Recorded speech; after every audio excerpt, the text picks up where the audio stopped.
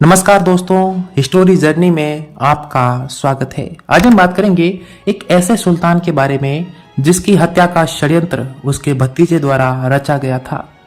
लोगों और इतिहास में इस घटना को आकस्मिक घटना की संज्ञा दी गई, लेकिन दोस्तों ये घटना आकस्मिक घटना नहीं थी। इस घटना को अंजाम देने के लिए अलाउद्दीन खिलजी पिछले 4-5 महीनों से मेहनत कर रहा था और इसी मेहनत और षड्यंत्र और योजना के अनुरूप ही जलालुद्दीन मोहम्मद खिलजी की हत्या हुई थी। तो आइए दोस्तों जानते हैं कि अलाउद्दीन खिलजी ने इस हत्या को कैसे अंजाम दिया था और इस हत्या को करने के लिए जो धन की जरूरत थी वो कहां से पूरी की गई थी। अलाउद्दीन खिलजी बचपन से ही महत्वाकांक्षी व्यक्ति था। उसके मन में बचपन से ही सुल्तान बनने की तीव्र इच्छा थी, लेकिन चाचा जलालुद्दीन के सुल्तान रहते हुए ये इच्छा पूरी होने वाली नहीं थी।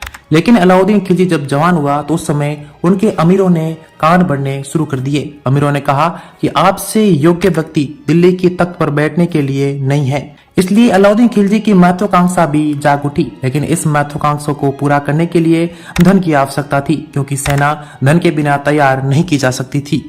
भारत के दक्षिण राज्य देवगिरी में मराठों का शासन था और देवगिरी एक समृद्ध राज्य था। देवगिरी की अपार समृद्धि का हाल अलाउद्दीन खिलजी पहले ही सुन चुका था, इसलिए उसने देवगिरी पर आक्रमण करने की योजना बनाई। अलाउद्दीन खिलजी ने 8000 घुड़सवारों के साथ उस समय देवगिरी पर आक्रमण कर दिया। उस समय देवगिरी पर मराठा साम्राज्य था और वहां का शासक रामचंद्र देव था। लेकिन जब अलाउद्दीन खिलजी ने आक्रमण किया उस समय रामचंद्र देव का बड़ा बेटा शंकर देव उस समय कहीं बाहर आक्रमण करने के लिए गया हुआ था। इस व्यवस्था को देखते हुए रामचंद्र ने अलाउद्दीन खिलजी से संधि करना बेहतर समझा। इस संधि के अनुसार रामचंद्र देव ने अलाउद्दीन खिलजी को कुछ धन संपदा देने का वायदा किया और उस समय प्रचुर धन संपदा अलाउद्दीन खिलजी को मिलने वाली थी। लेकिन उसी समय बाहर गए हुए रामचंद्र देव के बड़े बेटे शंकर देव उस समय आ पहुंचा और उसने अलाउद्दीन खिलजी को यहाँ से चुपचाप जाने के लिए कहा और धन भी वापस लौटाने के लिए कह दिया। इस पर अलाउद्दीन खिलजी ने मराठा साम्राज्य देवगिरी पर आक्रमण कर दिया, लेकिन मराठा सेना ने अलाउद्दीन खिलजी की सेना को तीतर बीतर करते हुए भगा दिया। इस हार से हताश अलाउद्दीन खिलजी के सेनापति नुसरत खान ने वहां पर अफवाह फैलाई कि सुल्तान फिरोज शाह खिलजी खुद देवगिरी पर आक्रमण करने के लिए रवाना हो चुके हैं और किसी भी समय यहाँ पर पहुंच सकते हैं।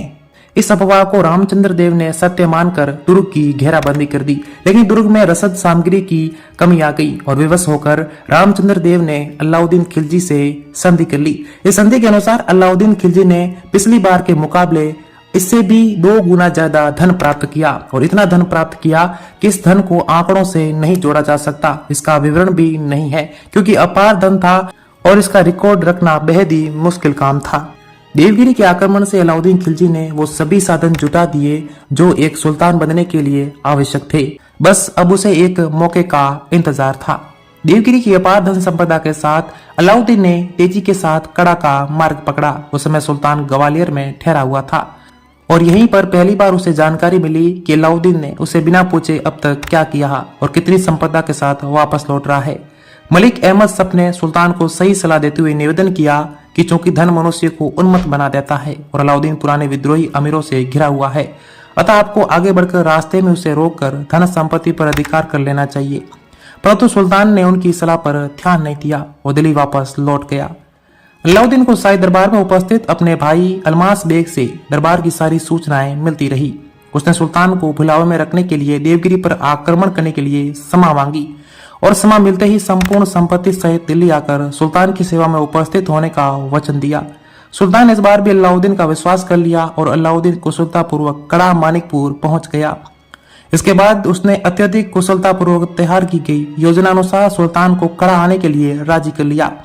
सुल्तान ने सेना सहित कड़ा के लिए प्रस्थान किया, परंतु अलाउद्दीन ने कूच चक्कर रचकर शाही सेना को गंगा के दूसरे किनारे रख दिया और सुल्तान को कुछ निशस्त्र अमीरों के साथ गंगा के इस पार लाया गया, जहां अलाउद्दीन अपने सेना सहित उसके स्वागत के लिए तैयार खड़ा था।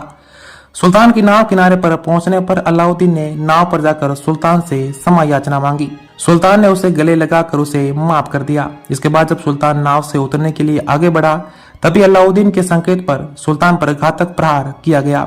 सुल्तान ने अलाउद्दीन को कोसते हुए भागने का प्रयास किया, परंतु उसे तत्काल मौत के घाट उतार दिया गया। मलिक फखरुद्दीन के अलावा नाव में सवार सुल्तान के ने सभी अमीरों को मौत के घाट उतार दिया गया। इसके बाद शाही सेना पर आक्रमण करके उसे खदेड़ दिया गया।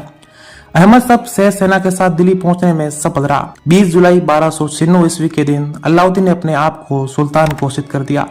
मृत सुल्तान के कटे हुए सिर को, जिसमें से रक्त टपक रहा था, एक भाले पर टांग कर इधर उधर घुमाया गया। तो दोस्तों, अलाउद्दीन खिलजी ने सुल्तान बनने के लिए अपने चाचा फिरोज शाह खिलजी की निंदनीय पूर्ण हत्या की थी और इस हत्या का कलंक भारतीय इतिहास के पृष्ठों में गूंजता रहता है। तो दोस्तों, अभी के लिए इतना ही। अगर आपको हमारी जानकारी अच्छी लगी हो तो हमारी वीडियो को लाइक करें, इस चैनल को सब्सक्राइब करें और कमेंट करें कि आपको ये जानकारी कैसी लगी।